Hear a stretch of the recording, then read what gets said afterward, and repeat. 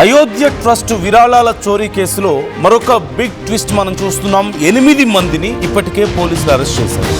Trust general secretary Champat రాజీనామా చేశారు. VHP ఆదేశాలతో చంపత్ రాయ్ ఇప్పుడు రాజీనామా చేసినట్లుగా తెలుస్తోంది. ఇప్పటి వరకు 70 లక్షల నగదు రికవరీ అయింది.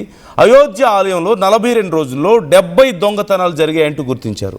పక్కా ప్లాన్తో 2 విభాగాలుగా ఈ చోరీ చేసినట్లుగా కేటుగాళ్లు తెలుస్తోంది.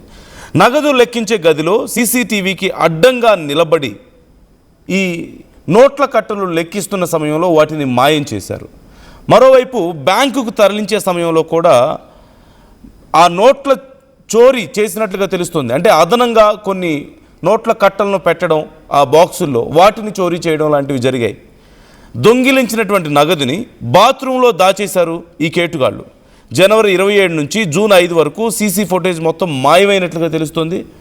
7.5 కోట్ల వరకు మాయమైంది అంటూ అంచనా వేస్తున్నారు అధికారులు. కానీ కొన్ని అంచనాల ప్రకారం ఇది మరింత ఎక్కువగా ఉండే అవకాశం కనిపిస్తుంది.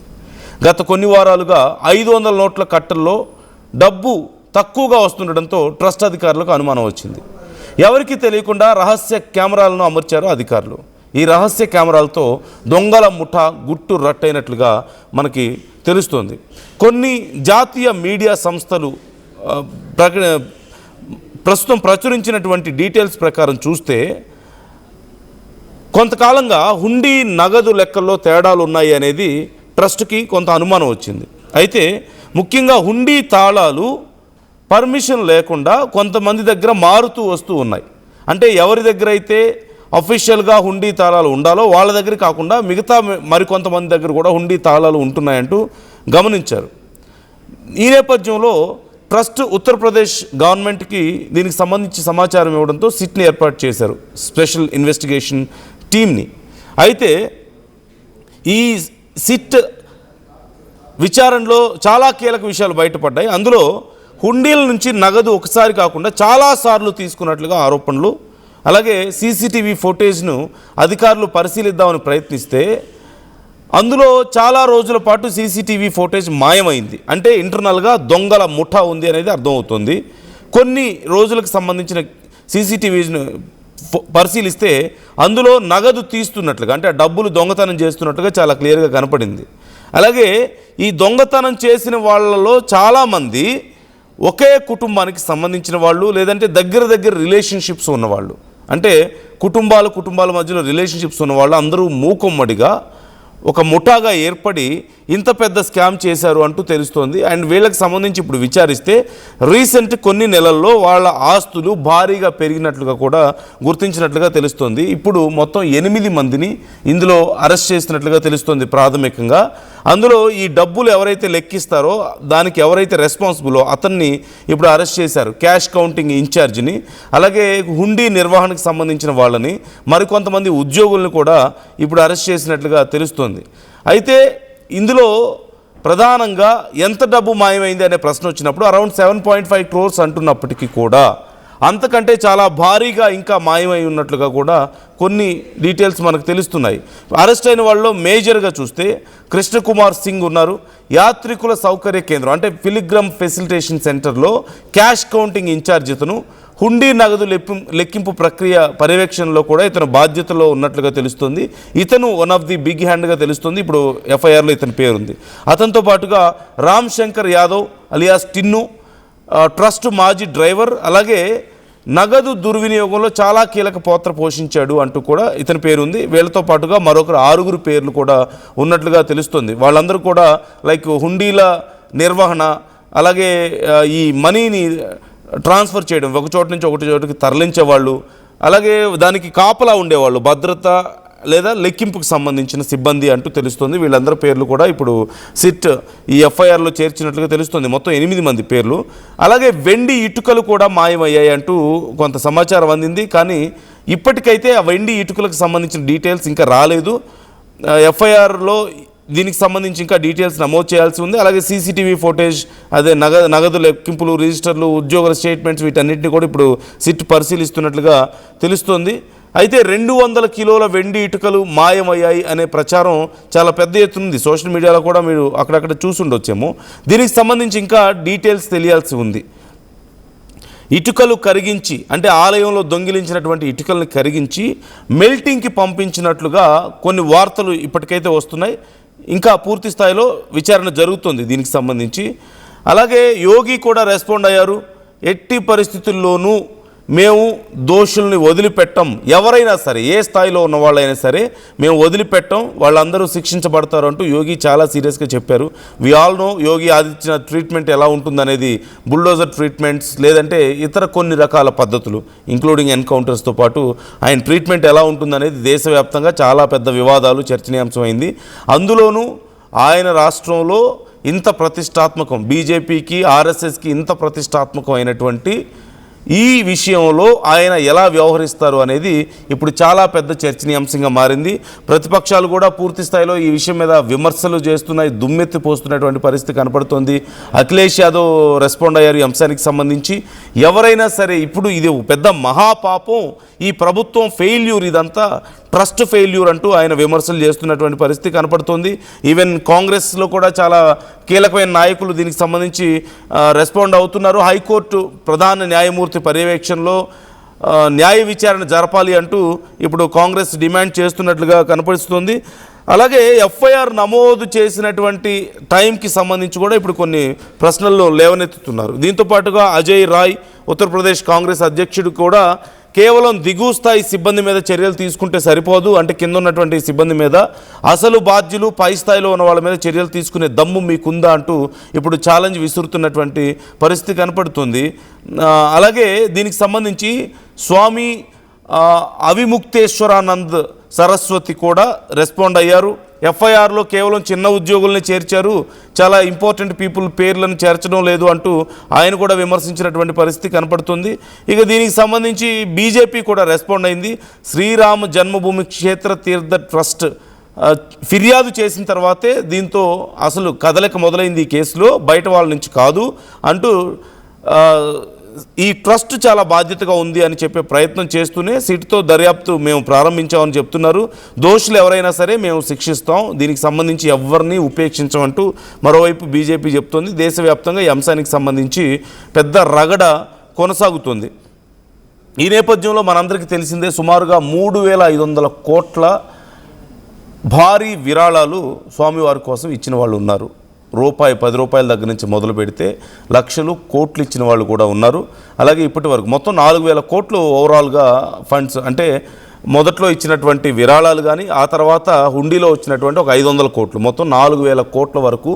కొంచెం అటు ఇటుగా వేరీ అవ్వచ్చు స్టాటిస్టిక్స్ ప్రకారం, అఫీషియల్ స్టాటిస్టిక్స్ ప్రకారం, బట్ సుమారుగా 4,000 కోట్ల వరకు ఈ మొత్తం డబ్బు ఉంటే, నగదు, అది సిల్వర్ కానీ లేదంటే గోల్డ్ కానీ లేదంటే డబ్బుల రూపంలో ఇచ్చినవైనా హుండీలో పడ్డవైనా సరే మొత్తం సుమారుగా 7.5 కోట్లు ఇప్పుడు అఫీషియల్గా తెలుస్తున్న నంబర్ అయితే, లేదు అంతకంటే చాలా భారీ, కొంతమంది 50 కోట్లు, కొంతమంది 100 కోట్లు అంటున్నారు, ఇంకొంతమంది 200 కోట్ల స్కామ్ జరిగి ఉండొచ్చు అని కూడా చెప్తున్నారు.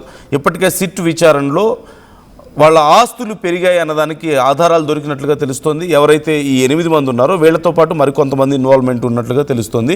వాళ్ళ ఆస్తులు కొంతమంది పెరిగాయి. అండ్ ఈ మొత్తం స్కామ్లో దగ్గర ఉన్న వాళ్ళే, అంటే కుటుంబాలు, రిలేటివ్స్, వాళ్ళ క్లోజ్ ఫ్రెండ్స్ అందరూ కలిసి కుమ్మక్కయ్యి ఈ స్కామ్ చేసినట్లుగా కనిపిస్తుంది. ఎలా చేశారు ఇది?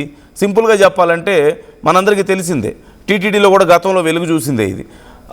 లెక్కిస్తున్న సమయంలో, స్వామివారికి వచ్చినటువంటి నగదు లెక్కిస్తున్న సమయంలో ఎవరో ఒకరు ఏదో పనున్నట్లుగా అటువైపుగా వెళ్ళి సీసీ కెమెరాలకి అడ్డం నిలబడితే ఆ టైంలో వీళ్ళు నోట్ల కట్టలను వాళ్ళ పంచెల్లోనో లేకపోతే వాళ్ళ బట్టల్లోనో ఎక్కడో దాచుకొని వెళ్ళిపోవడం, లేదంటే కొంతమంది ఆ డబ్బులన్నీ బట్టల్లో దాచుకున్న తర్వాత బాత్రూమ్స్లోకి వెళ్ళి బాత్రూమ్స్లో దాచారట. కరెక్ట్ టైం చూసి సీసీ కెమెరాలు ఆఫ్ అవ్వడమో లేదంటే ఆ తీసుకువెళ్ళిపోయిన టైంకి సంబంధించిన సీసీ ఫోటేజ్ని డిలీట్ చేయడం లాంటివి కూడా కొన్ని జరిగాయి. అలాగే మరికొన్ని ఇంతకుముందు మనం మాట్లాడుకున్నట్లుగా కొన్ని సిల్వర్, పెద్ద ఎత్తున సిల్వర్ బ్రిక్స్ని కరిగించారు అనేటువంటి ఆరోపణలు కూడా ఇక్కడ లేకపోలేదు. దాంతోపాటు కొంత గోల్డ్కి సంబంధించిన మిస్సింగ్ కూడా ఉన్నట్లుగా కనిపిస్తుంది. సో చాలా రకాలైనటువంటి స్కామ్స్ ఇందులో జరిగాయి. ఈవెన్ ఒక చోటు నుంచి ఒక్కో చోటుకి, అంటే టెంపుల్లో వచ్చినటువంటి డబ్బుని మొత్తం టెంపుల్లోనే ఉంచరు. మనందరికీ తెలిసిందే, ట్రస్ట్ దగ్గరికి లేదంటే బ్యాంకులకి తరలిస్తూ ఉంటారు. ఆ టైంలో ఆ లెక్కల్ని తారుమారు చేయడం, ఆ టైంలో డబ్బుని దొంగతనం చేయడం, ఎవరైతే ట్రాన్స్పోర్ట్ చేస్తున్నారు ఈ డబ్బుని వాళ్లే దొంగతనం చేయడం, ఇలా చాలా రకాలుగా కింద స్థాయి నుంచి పై స్థాయి వరకు చాలామంది కుమ్మక్కయ్యారనేది అర్థమవుతుంది. కాకపోతే మనందరికీ తెలిసిందే, కొన్ని దశాబ్దాల పాటు రామ జన్మభూమి కోసం పోరాటాలు జరిగాయి, ఎంతోమంది ప్రాణాలు బలయ్యాయి, ఈవెన్ రిలీజియస్ గొడవలు జరిగాయి. అంత జరిగి ఎంతో ప్రతిష్టాత్మకంగా బీజేపీ ప్రభుత్వం క్లెయిమ్ చేసుకుంటుంది మేమే సాధించామని చెప్పేసి. ఇంత జరిగిన తర్వాత ఈ మొత్తం రామ జన్మభూమి టెంపుల్ని కట్టడానికి దేశం అంతా కూడా ఉత్కంఠగా ఎదురు చూస్తుంది. ప్రపంచ దేశాల్లో ఉన్న హిందువులు కూడా విరాళాలు ఇచ్చారు. అంత పెద్ద ప్రతిష్ట ఉన్నటువంటి ఈ టెంపుల్లో ఇంత పెద్ద స్కామ్ జరగడం, అందులోనూ భక్తుల రూపంలో, ట్రస్ట్ సభ్యుల రూపంలో అక్కడ ఎవరైతే మెయింటైన్ చేస్తున్నారో వాళ్ళే ఈ దారుణాలకు పాల్పడిన నేపథ్యంలో చాలామంది అభిమానులు, చాలామంది భక్తుల యొక్క విశ్వాసం దెబ్బతింటుంది, భక్తుల యొక్క మనోభావాలు దెబ్బతింటున్నాయి. ఇది చాలా చిన్న విషయం అయితే ఖచ్చితంగా కాదు. అండ్ ప్రభుత్వాలకి, ఇటు రాష్ట్ర ప్రభుత్వానికైనా కేంద్ర ప్రభుత్వానికైనా ఈ విషయంలో కొంత చెడ్డ పేరు వచ్చే అవకాశం ఉంది ఒకవేళ గనక ఇలాగే కంటిన్యూ అయితే. అండ్ యోగి ఏం రెస్పాండ్ అయ్యారో ఒకసారి చూద్దాం మనం. मैं 19 जून को अयोध्या के दौरे पे था. मैंने तब भी कहा था, अयोध्या हम सबकी आस्था की प्रतीक है, भारत के सनातन धर्म की आस्था की प्रतीक है. अयोध्या पर आक्षेप मत करो. प्रभु श्री राम की मर्यादा का पालन करना सीखो. और अयोध्या के बारे में जो कथित समाचार मिल रहे थे, हमने कहा था एसआईटी गठित की गई है. एसआईटी की रिपोर्ट आने के साथ ही हमारी कार्रवाई भी प्रारंभ हो जाएगी. और आपने देखा होगा, एसआईटी की रिपोर्ट आई, तुरंत कार्रवाई प्रारंभ हो गई. और मैं आश्वस्त करता हूं, जो मैंने कहा था, दूध का दूध और पानी का पानी हम करके रहेंगे. जन आस्था के साथ खिलवाड़ स्वीकार्य नहीं. सनातन आस्था के साथ जो भी खिलवाड़ करेगा उसका भुक्तभोगी होगा. किसी को छूट नहीं दी जा सकती. సనాతన ధర్మాన్ని అవమానించిన వాళ్ళు, అవహేళన చేసిన వాళ్ళు, ఇలా మోసాలకు పాల్పడే వాళ్ళని సారీ మేము వదిలిపెట్టం, వాళ్ళు ఎంతటి వాళ్ళని సరే కఠినంగా శిక్షిస్తాం అంటూ యోగి ఇప్పటికే ప్రతినబూనారు. మరి సాధారణంగా అంటే కొన్ని క్రైమ్స్ విషయాల్లో ఎంత హార్ష్ డెసిషన్స్ ఉంటాయో అక్కడి ప్రభుత్వం లేదంటే యోగి నిర్ణయాలు ఎలా ఉంటాయో మనకు తెలుసు. మరి అలాంటిది ఆ మర్యాద పురుషోత్తముడు రామ్లలా ప్రపంచవ్యాప్తంగా ఇంత ప్రతిష్ట ఉన్నటువంటి ఈ ఆలయంలో ఇంత పెద్ద స్కామ్ జరిగింది అంటే, భక్తి ముసుగులో ఎంతో నమ్మకంతో ఇలాంటి ఒక చోరీకి పాల్పడి నమ్మక ద్రోహం చేసిన వాళ్ళని మరి ఎలా శిక్షించబోతుంది ప్రభుత్వం, ఎలా శిక్షిస్తారు అనేది మాత్రం వేచి చూడాల్సిన విషయమే. ఇంకా విచారణ జరుగుతుంది, ఇంకా మరింతమంది పేర్లు బయటకు వస్తాయి, ఇంకా చాలా పెద్ద స్కామ్ జరిగినట్లుగా కనపడుతుంది. ఇప్పుడు చెప్తున్న లెక్కల ప్రకారం కంటే కూడా మోర్ దాన్ 7.5 crores. ఎంత అనేది ఎవరూ చెప్పలేకపోతున్నాం. అది కొంతమంది 50, 100 కోట్ల, 200 కోట్లు అని చెప్తున్న వాళ్ళు కూడా లేకపోలేదు.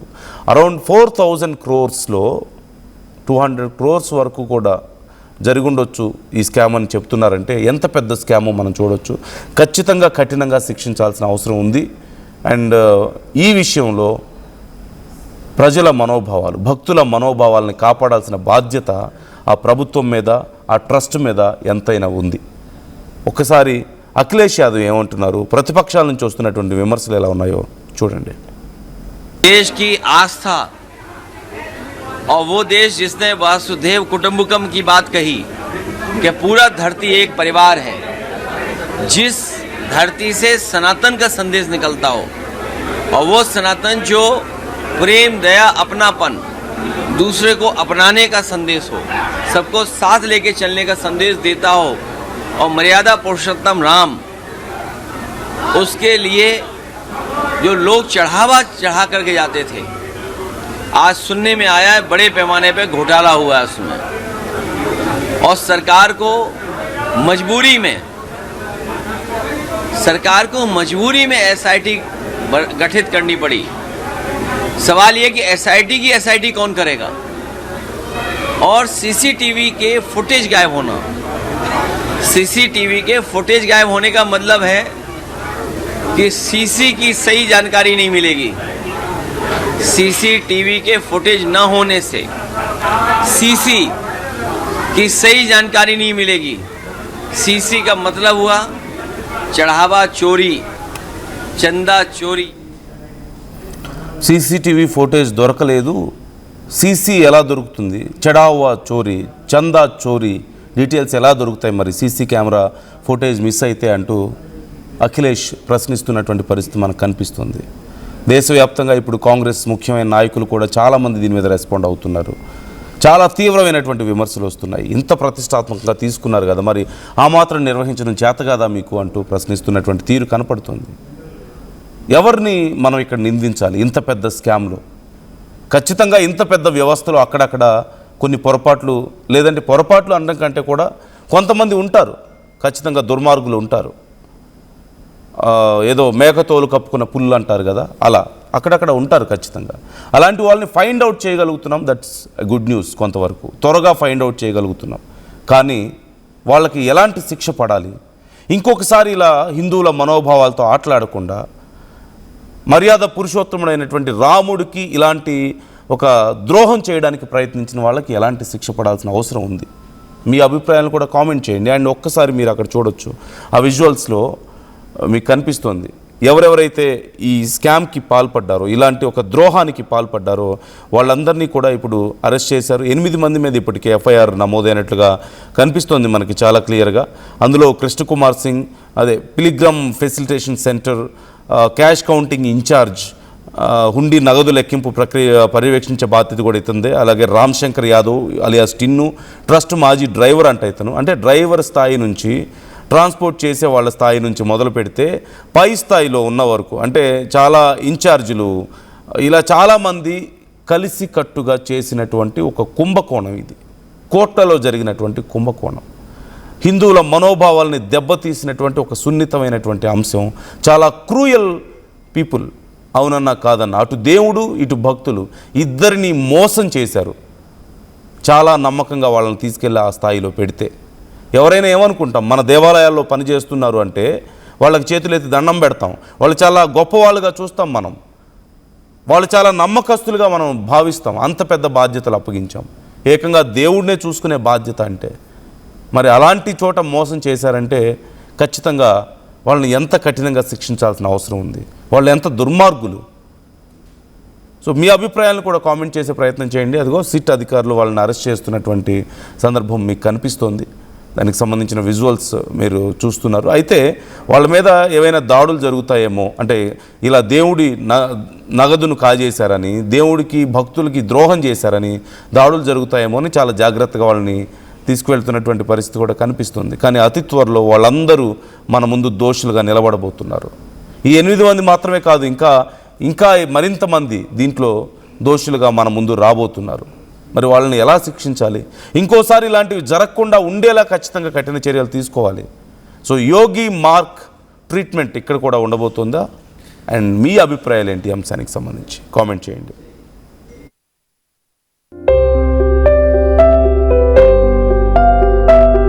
చిన్న చిన్న ఆనందాలు 35 ఏళ్లుగా నా జీవితంలో లేవు.